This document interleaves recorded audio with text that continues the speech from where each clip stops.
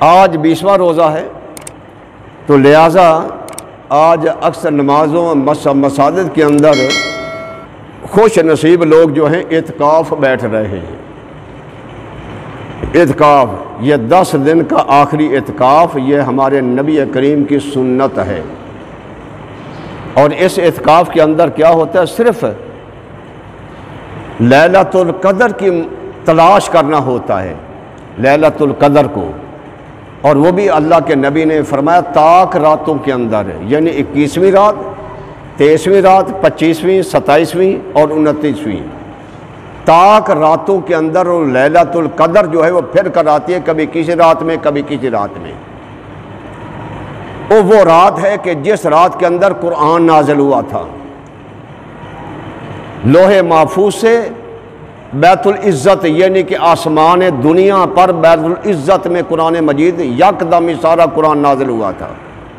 وہ لیلۃ القدر ہے۔ اس رات کے اندر ایک رات کی عبادت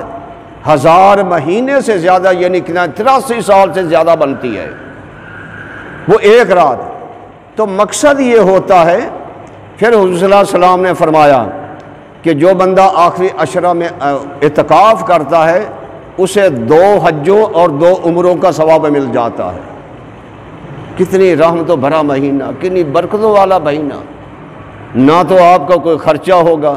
نہ سفر کے لیے دن رات جانا پڑے گا، نہ جاگنا پڑے گا، نہ کوئی محنت کرنی پڑے گی،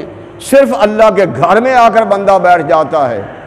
تو 2 حجوں کا ثواب مل جاتا ہے، 2 عمروں کا ثواب مل جاتا ہے۔ تو اعتکاف کے اندر اتنا اجر و ثواب ملتا ہے،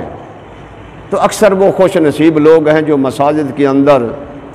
یعنی کہ اس ماہ مبارک کے اس آخری عشرے کے اندر اعتکاف کر رہے ہیں۔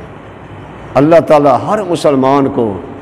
یہ طاقت بھی عطا فرمائے، توفیق بھی دے، اور یہ ماہ مبارک چند دنوں کا ہمارے پاس مہمان ہے، تو لہٰذا اس ماہ مبارک کو ناراض ہو کر نہیں جانا چاہیے،